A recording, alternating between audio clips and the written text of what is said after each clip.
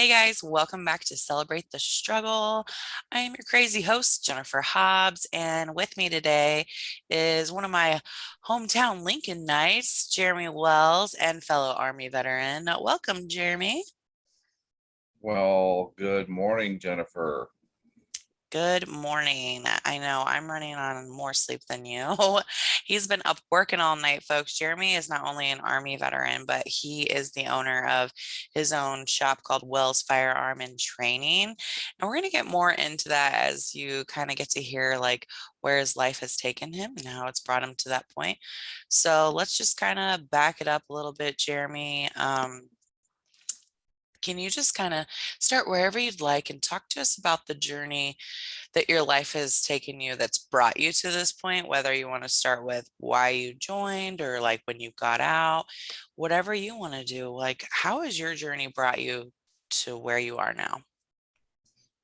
It's been a long journey. My dad was Vietnam, grandpa was Korea, great grandpa was Battle of the Bulge. Dang. So it's kind of in the blood. My little brother, who's 12 years younger than I am, he spent time in South Korea, and then he's been stateside for Leonard Wood, Fort Riley. So he's got about 11 years in, and so just kind of, I think, in the blood. I'd say. I would So say. Do you have any cool memorabilia from your great grandpa and grandpa's time? Yep, I've got all of my grandpa's awards and his two brothers, all of their awards, my grandfather's awards. So we're working on getting all of those put in shadow boxes, and so yeah, those when we get hopefully get our new building and I get my new office, then I will put all that stuff in my office at the shop. So Oh, yeah, that will be super cool. So you decided, how old were you when you joined? I was 17 when I joined. So Me too. that was in 2000. Seems like a lifetime ago. Yeah.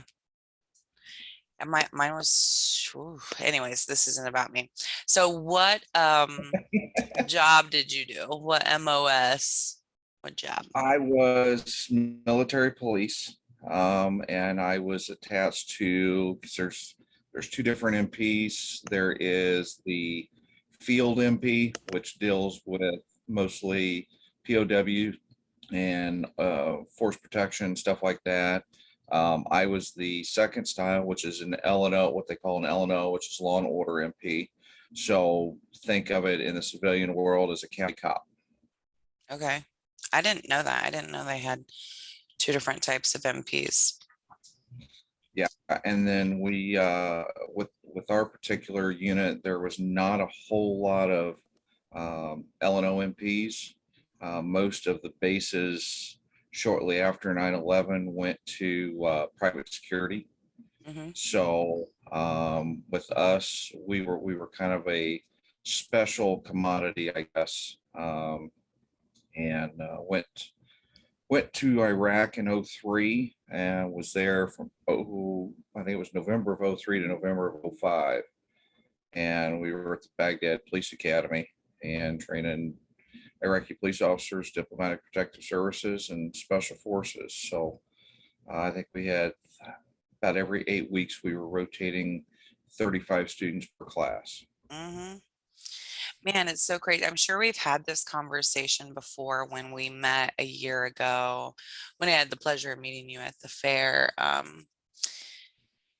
And that sounds so weird, like we were just waiting in line for the Sizzler or something. But when I was selling my books and you came up and introduced yourself, it was a pleasure to meet you. And now I don't remember if we talked about it, but it's crazy looking back to think that um, we were totally on the same soil at the same time.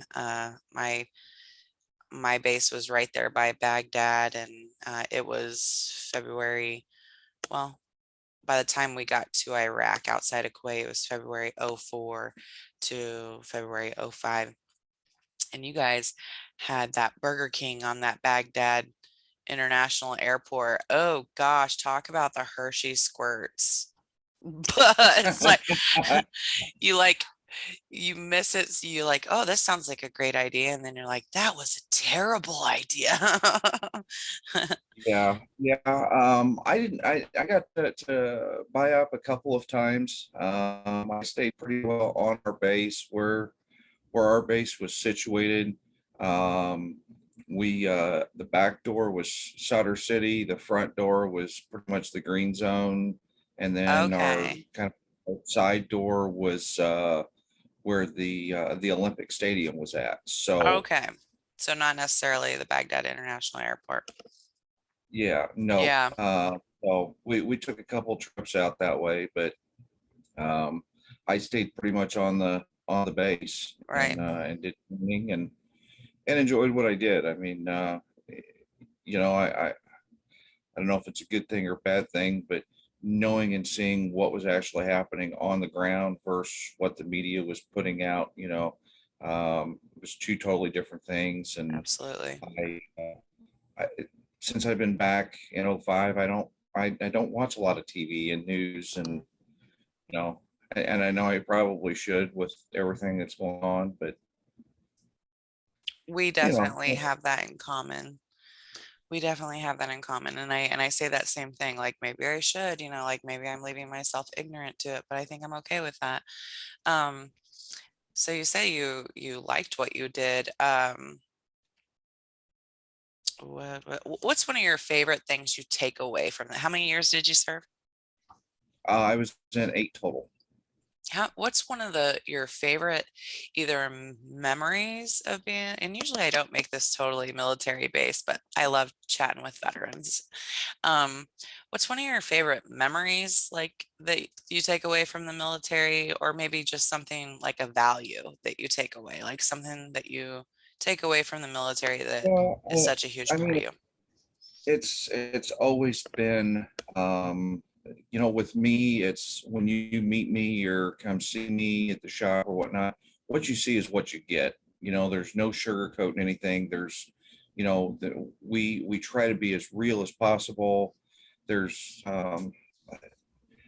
and it's the camaraderie of veterans. We have a lot of veterans that come in throughout the day and just hang out in the shop and hang out and Hmm. talk battle stories and so on the civilian side, I finally got something local that we've got a lot of vets that come in and hang out. And again, it's the ethics of you run your business and being military. I think it's just and my background and upbringing. I mean, it's the ethics of the way you do things and the way you treat people. It's always that small Absolutely. town feel. It's we're not here to, oh, I'm short on commission this week, so let's stick it to the next person that comes in. That's not it. It's all about the individuals and helping the community and what can we do to better improve the area. Hmm. And I feel like that takes you so much further, right? When you're focused on the ethics. I could only imagine being a veteran shop owner that attracts veterans, and that it's such a place where camaraderie can continue. I think that's really cool. So let's chat more about that. So, like, as you got out, what led, like, what did that look like for you? The transition out of the military and what brought you to the point you Well, are now? the transition sucked. I mean, I'm not gonna sugarcoat it. It did. It sucked. Constantly bouncing around, job to job and trying to figure out where you fit in and having certain expectations of the way other people should do things. And it's a whole different work ethic and ballpark with civilians versus military in the way of getting things done. And you're there to do a job, get it done, and stay out of all of the uh kind of corny. It's the high school mentality of, Mhm. let's tattle on everybody and get, so it didn't fit me. I'm trying to deal with some of that stuff. And then I got in with a private security company and started doing training for them. And so I ended up being the training officer for firearms, OC baton, handcuffing, hand-to-hand combat, and that basically everything that I was doing when I was in Iraq and with the Uh-huh. military, on the civilian side. And I did that for the state of Illinois and the greater St. Louis area. And so it's That's kind of awesome. like that's where my passion was at, and that's where I flourished. And and then we had they had some layoffs with some things, and so unfortunately I was one of them. And then tried to do some other things, and it just didn't, again, it didn't fit. And so I went back to teaching and doing firearms, and Mhm. that's just, I mean, we've been doing, I don't know, since since 2010. I've been pretty much teaching nonstop. And then we had 8.5 years ago, we had the Illinois concealed carry, and we've been here and been doing that since. And NRA training, and we do hunter safety classes. So we start out at with kids as young as 7. And I think our oldest student was 98, was a World War II veteran, pistol competitive shooter. And so, I mean, and the biggest thing is we focus more so on kids and women, Mhm. because within the shooting industry, those are the ones that seem to be kind of left behind. All the guys get together and go shoot whenever they want and all of that stuff. And the gals get left behind, the kids get left behind. And so, it's a big thing with our core group of instructors that, we focus on the kids because they're our next generation of hunters and shooters, and the ladies, because, they do get left behind. And so we, for the last 2 years, we have done a all ladies shoot once a month. Mhm. I The remember you ladies telling me come that. out, they shoot everything from a 22 caliber handgun. We have pistols, rifles, shotguns. We have a 50 BMG that we shoot. We've got a MG 42 machine gun that's belt fed. And so the ladies, everybody brings a dish to pass. We take care of the main meal. And we've got 4 or 5 instructors and additional range safety officers out there just for the ladies to build the confidence, and just push the ladies to have the camaraderie of one another, and to make them better shooters and more confident. Which is so cool. It just goes back to what you said, like in your values, like you value like the ethics that you carry with your business and your mission. And that's very clear when you're doing things like focusing on where it's needed. I remember when I had met you and you told me about um, how you do a lot of stuff for teaching children gun safety. And I admire that so much, and I know everyone has their own opinions, and there'll be people that obviously people that think that that's just completely cray cray, but I think it's completely admirable. Like we already live in a world where like we have access to a lot of guns. So why don't we train people, make them smart on what they're to be used for, how to use them, and to just really set them up for the knowledge of what a weapon is and how to use it and how to get in with a community where the focus isn't to use guns in a bad way. And so I really admire that. That's really cool. Another thing that comes to mind when you talk about how you had the opportunity to do that training with the state, what a great opportunity for you. Some, I've had people on here. I remember one person specifically was talking about how, had done like 20 years in the military and how people in the military will sit there and tell you like, oh yeah, like you're going to be such a valuable asset to society when you are out as a 20-year veteran having all this experiences, truck driver or MP.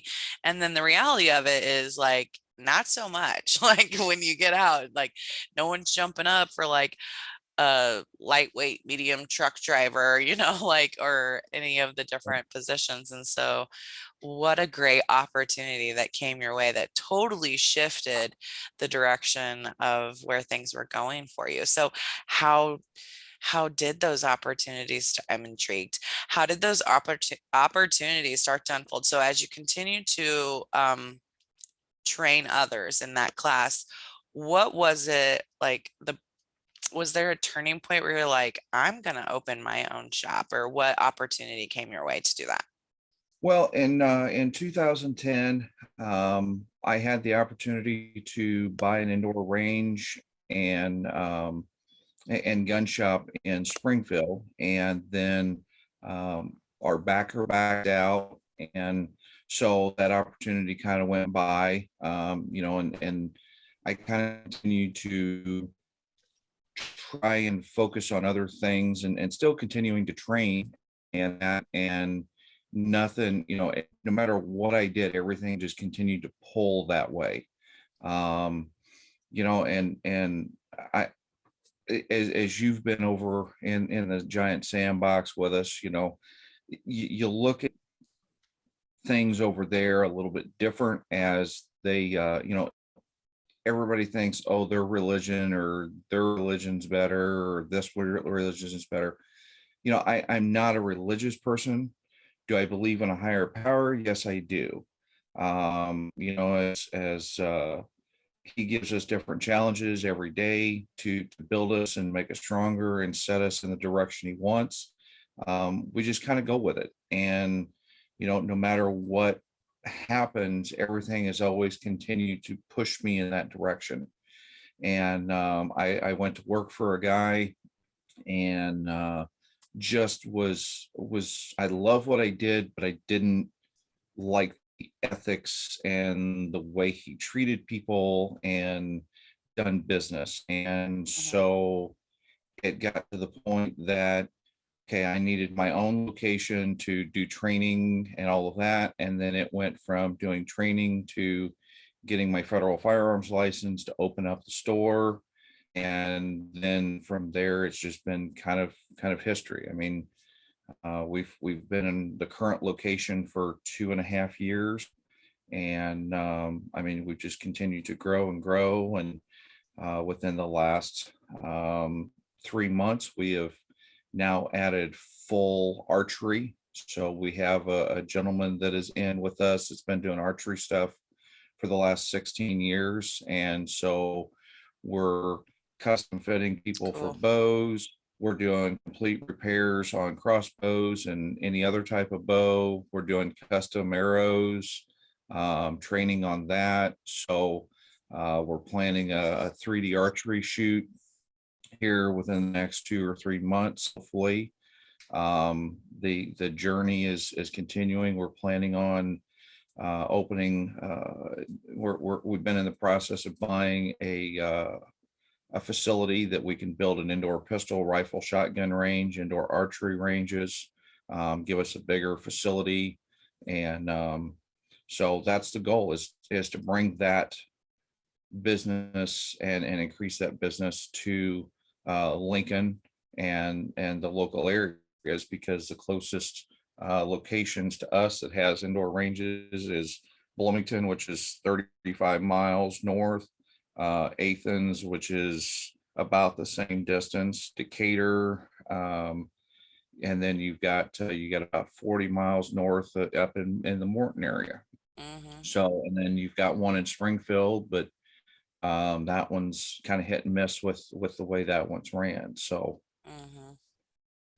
I mean, that's and again, it all comes down to the education of anybody that walks through the door. And not only do we teach, but our staff is constantly getting their learn on to better ourselves as instructors and increase the knowledge that our group has. Just like with our hunter safety team that teaches the kids, we have a core group, and there's more than 750 years combined teaching and practical hunting experience between our core instructors. Mhm. So if there's a question, that question can be answered. And then we team up with different organizations depending on where these new folks want to learn how to shoot or hunt rather. If they want to hunt pheasant or quail or deer or turkey, we've got different groups and organizations that we team up with to make those contacts so those folks have some place to go hunt for the first time. Mhm. And then within our classes that we put together, we team up with the local Department of Natural Resources, the conservation officers. So they come in and the students get to meet them. So they're not meeting them for the first time while they're out hunting, and it's oh my God, it's cop, what do we do? We bring the human factor in to the classroom.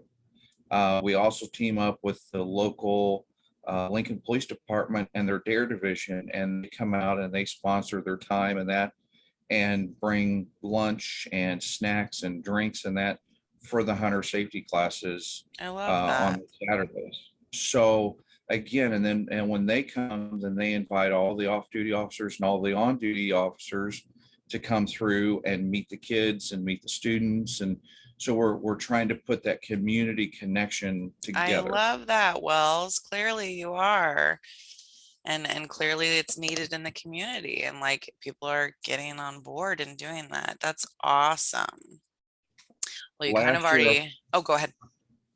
no, sorry, last year alone, because every year we have to do a upgrade, and that with our policies and procedures with Department of Natural Resources. And we didn't realize, but we had 440 students come through Logan County alone last year for hunter safety. Wow. Well, that's good. And and way to follow your goals and passion. I mean, that's not easy to overcome the fear and the challenges that get put forth your way. As a matter of fact, that was one of the things I wanted to that I want to ask you. For anybody, whether it's a veteran transitioning out or a veteran expecting to transition out or a non-veteran, for someone who lives, just like most of us do at some point in our life where we're going through the motions of working a job that maybe we don't exactly want to be in, and we have these hopes and dreams of like wanting to do something else, but all that fear comes your way. What would you tell someone, whether it's a veteran or non-veteran, or if you want to make it specific to a veteran transitioning out who's toying with the thought of wanting to follow a path of potentially starting their own business, or maybe if it's not even starting their own business, if it's totally stepping out of the realm of where they are, overcoming that fear and moving forward, what kind of advice would you give? Like, say, for example, Wells 12 years ago. What kind of advice would you go back and remind you, um, which clearly you did a good job doing that. It's for me, for anybody, it's, kind of figure out what you're passionate about. Once you kind of figure out what it is that you're passionate about and what really clicks for you, then kind of make a plan. I've got several Instagram pages that I follow that are business related. Mhm. We got Steve Harvey on there, and I know the next name I'm going to throw out there is people are going to roll their eyes, but Arnold Schwarzenegger is one of the big motivational speakers for things within the business groups that I deal with. And as he said the other day on one, you've got to focus on plan A. If you're constantly wanting to plan something, but now you're also planning plan B for a Mhm. fallback, then you're going to take all of that motivation and all of that effort and put it into plan B instead Right. of going for plan A. And sometimes you just got to go for it. Sometimes you're going to fail, but when you fail, then you learn. And that's the only way you're going to be able to go forward, is to figure out what happened that you need to correct and change to be able to go forward and make those goals. And you can't be afraid to step out of your comfort zone. You've got to step out of that comfort zone, because if you're comfortable, then you're not going to move forward. You've Yeah. got to constantly challenge yourself in moving forward. Yeah, does it suck? Is it kind of scary? Yeah, but again, that's the only way you're going to be able to build yourself and challenge yourself. I So, agree. I agree. And definitely is something I have to remind myself of often. So that's great advice. Perfect. Nailed it. So being a person of service, which I totally feel you are, you're taking your passion to serve other people and then in the end serve the community. Um, e- so with focusing on being a service to other people, I know that sometimes we can get wrapped up in that and forget to focus on mano y mano, so it's a little bit of self-care. What do you do for like your own self-care? And I know that people like yourself get a lot in return for helping other people, but if we're not thinking about that, what do you kind of do that kind of helps to keep you level headed, build you back up when you're feeling a little drained, whatever, whether it's time with your family, exercise, reading, anything? um, well, I have a loving wife that we've been together. It'll be 19 years in November, and she is kind of my level-headed, bring me back down as I'm going and working and doing our thing, and then spending time with the kids. And we recently bought a Humvee, and so that's been kind of we just come home and we do our thing, and then we jump in that as a family and just go cruise and do things. Hmm. And the other thing with that is I'm a ham radio operator. So I sit down at a radio and I make contacts all over the world with the ham radio. And Wow. so my kind of my bring it back into me is I teach classes about once a year with um, the ham radio stuff. So to get new people in, to get their licenses and stuff like that. I mean, I know it's not really relaxing and bringing it back in, I guess, because I'm still teaching, and I turn that teaching hat on. But Hmm. um, along with that, then you know, my style of relaxation is working with the fire department and the emergency management agency on the communication side of things. And so that's kind of my relaxation Hmm. outside of the job. So, but That's with that, I mean, we were talking before, is getting out of your shell and taking risks. Once you find something you are absolutely passionate about, you don't really work a day in your life. You're there, you're enjoying it. You have, yeah, days can be stressful, days can be busy, but in the end, if you're doing what you're doing for the right reasons, you're not going to work a day in your life. hmm I love that. It kind of reminds me of, excuse me just a moment. It reminds me of I seen a battle buddy the other day, and luckily I love him enough to where I was able to laugh at his stupid comment. But he said, Jennifer, I see you everywhere. Get a effing job. And I was like, Right. what, dude? And luckily I love him, and like we served together in Iraq, and I was able to just lose it laughing. But again, like, he has no idea like what I am doing with my time and how like I wanted to looking back on it, I wanted to respond with like what so I could be like bitter like you. Like I love what I'm doing and there was a reason why. But that is you're absolutely right. When you're not when you're doing what you want, it doesn't feel like like you're just working like that 9 to 5 type stuff. So I'm glad that you have found that and that it's definitely reshaping like the passion in other people in a community. That's super cool. So you kind of already, here's my last question for you, although I am curious. I like to ask this one before I get on to like the actual deeper question. What's your favorite MRE? Um, well, I have a lot. Believe it or not, I think my favorite one that is a newer one since I got out, because my brother brings me a case of MREs every so often, is the pepperoni pizza.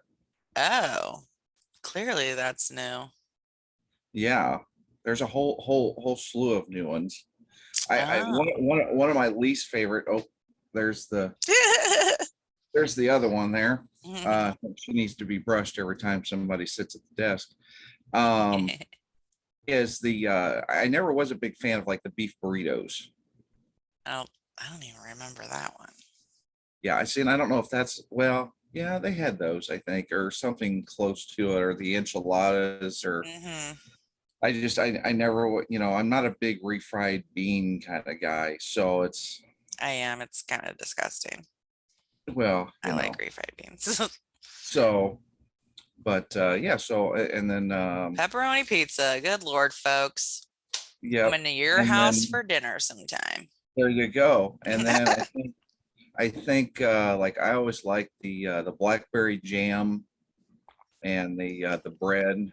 So, I like the bread too. And some people are the like, pound cakes, the yeah, pound yeah, cakes were fabulous, yeah, they are. Yeah, they are. Like you definitely need a canteen of water with it, with that and the right? bread. But And nobody beats peanut butter like MRE peanut butter. agreed. Agreed. So I've There's I've got to be I've like 100 times more protein in that one. right, and my wife couldn't when that was back when we were dating. She's like, "What's so special about MRE peanut butter?" So I brought her some, and so yeah, she agrees. That's funny. Civilian approved. Civilian approved. I like that. Okay, so my last question for you, which you kind of already mentioned and told us a little bit about. I typically like to ask people like, what is your like biggest hopes and dreams? Like if time and money allowed, if you didn't even have to think about those things, like what would you like to do? And I get apprehensive asking this question, Wells, because I don't want to send the message like, what are you doing, Wells? Like, what is the big goal? What are you going to do? And I don't want to send that message. I just want to encourage people to like dream big. But again, you kind of already answered that, talking about how like you want to bring a larger range and those opportunities to the small town of Lincoln and those communities around it.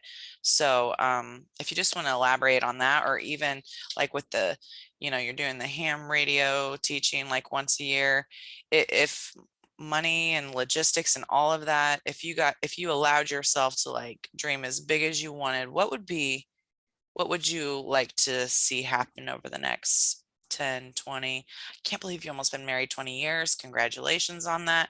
But go ahead and shoot with us on your Yeah, no, I mean, and the big thing is again, being able to continue the education of firearms and archery within the community, and um, just continuing that passion of being able to teach.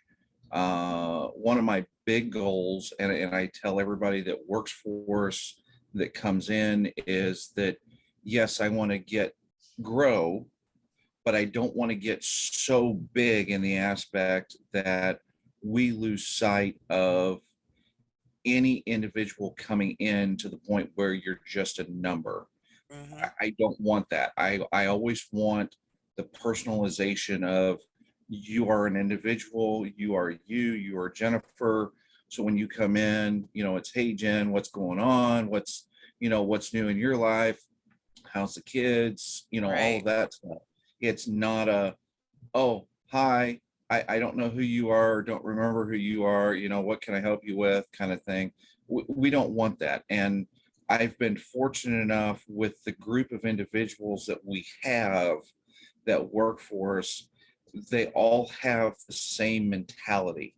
Mm-hmm. We have several other veterans that work for us. We have non-veterans that work for us. Um, kind of a freaky thing for us is that um, there's two other individuals that instruct with us now that uh, I used to do and run the IPSC circle and circuits and that, and teach in Bloomington and that. And IPSC is the International Pistol Shooting Competition groups. And Thank you for these clarifying two, that. yeah, sorry, I was yeah, like, it's acronyms again. They were teaching and shooting in the same places that I was, and we never made the connection. And through a mutual friend of ours on the ham radio side, introduced us. And it's real funny because none of us have ever taught together before.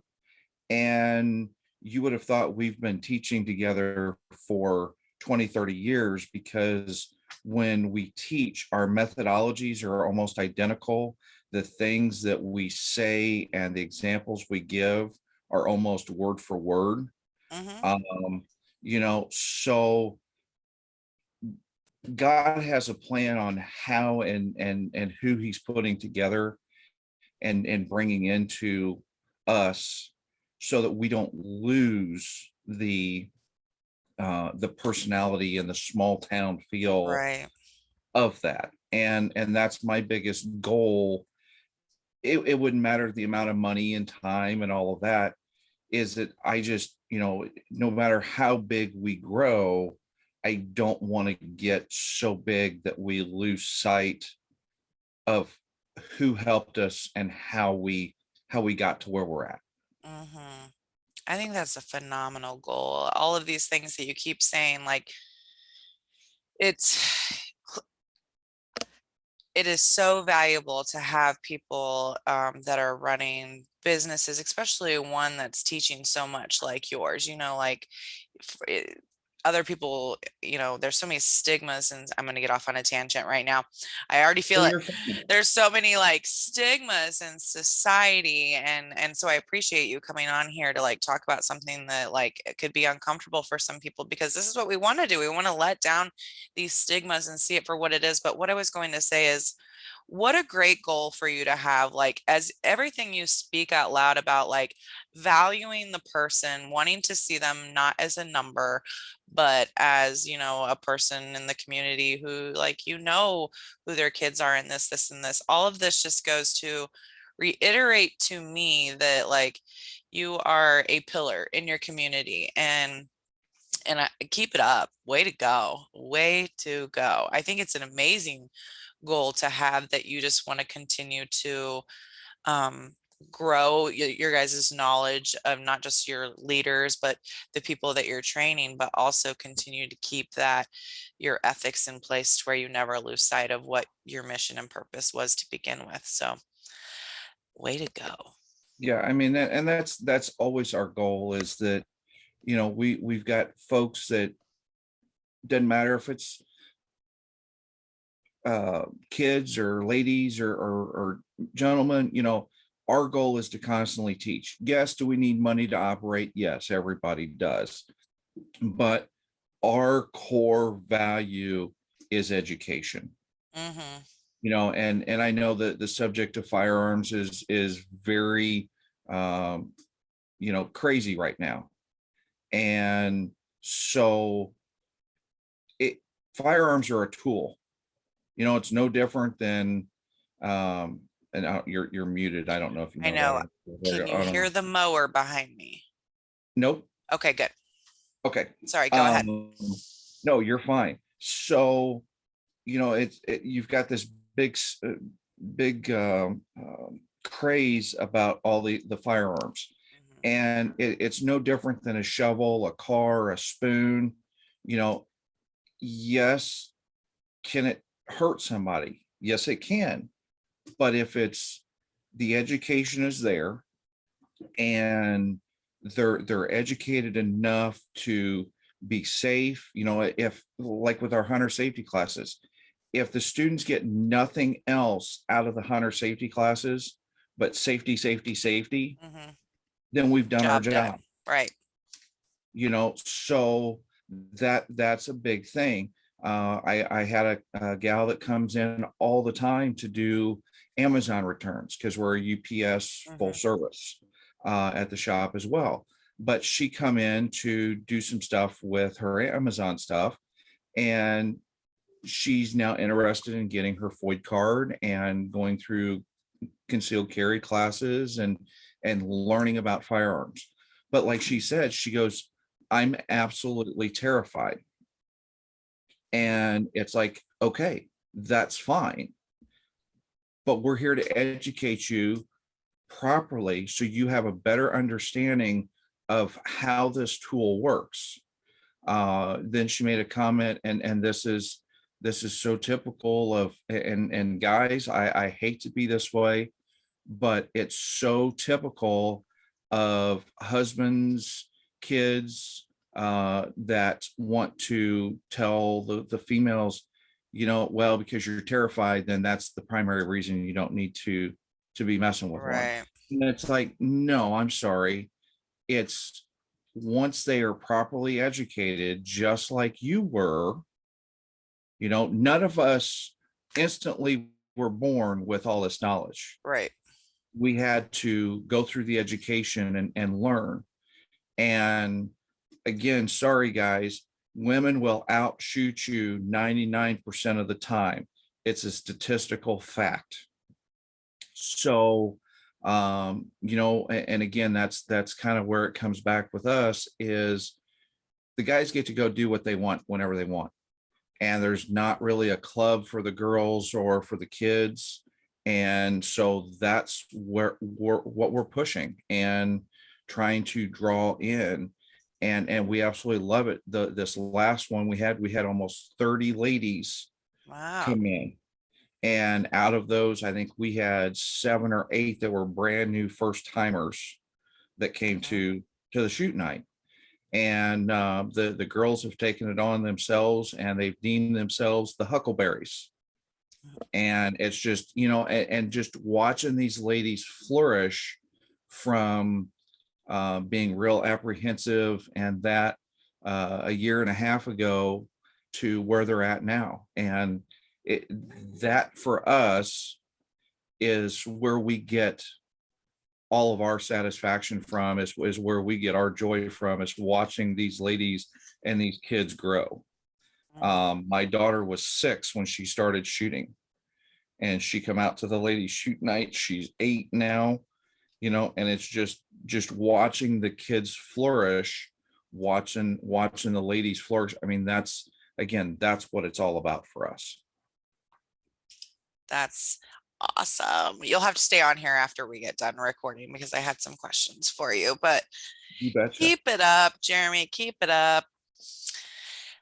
Just keep up the great mission and work and where what God has put in your life as a passion. That's definitely. I love that you said a couple of things you said there. Like about her being scared, like for anyone that's listening or watching this, like that's okay, like that is okay to be afraid of it, but good job saying that out loud. Like people need to hear that. That doesn't mean you should never shoot. Like it's just again comes to the training. And I love that, and the education. I love how you mentioned, a shovel, knife, and car. Cause I mean, I hadn't really thought about that, but like let's think about cars, right? Like, holy cow, those kill way more people throughout the year than weapons. But um we get so much training on cars, and cars have come a long way with the knowledge of people that build them and test them. Like those have come a long way. And so I love that you use is it a metaphor? I don't know. I have no idea how I was in teaching for 12 years, but that's neither here nor there. Keep up the good work, Jeremy. Keep it up. Well, and I'm going to throw it out there. You can find us on the World Wide Web at wellsfirearms.com. Yes, thank you for throwing that out there because this is all the stuff we will have in the show notes. So if you did not catch that or you're driving and you can't write that down, all of this information and how to contact Wells will be in the show notes, and that's how you'll be able to stalk him. Wells, thanks for coming on. Talk about something that's a little uncomfortable for some, but to get comfortable with the uncomfortable so we can start to make changes in the world, bring down the stigmas, and educate others just as you are. You have a great day, and I will talk to you later. All right. We'll talk to you later. Thanks for having me on, and we look forward to seeing you again. Absolutely.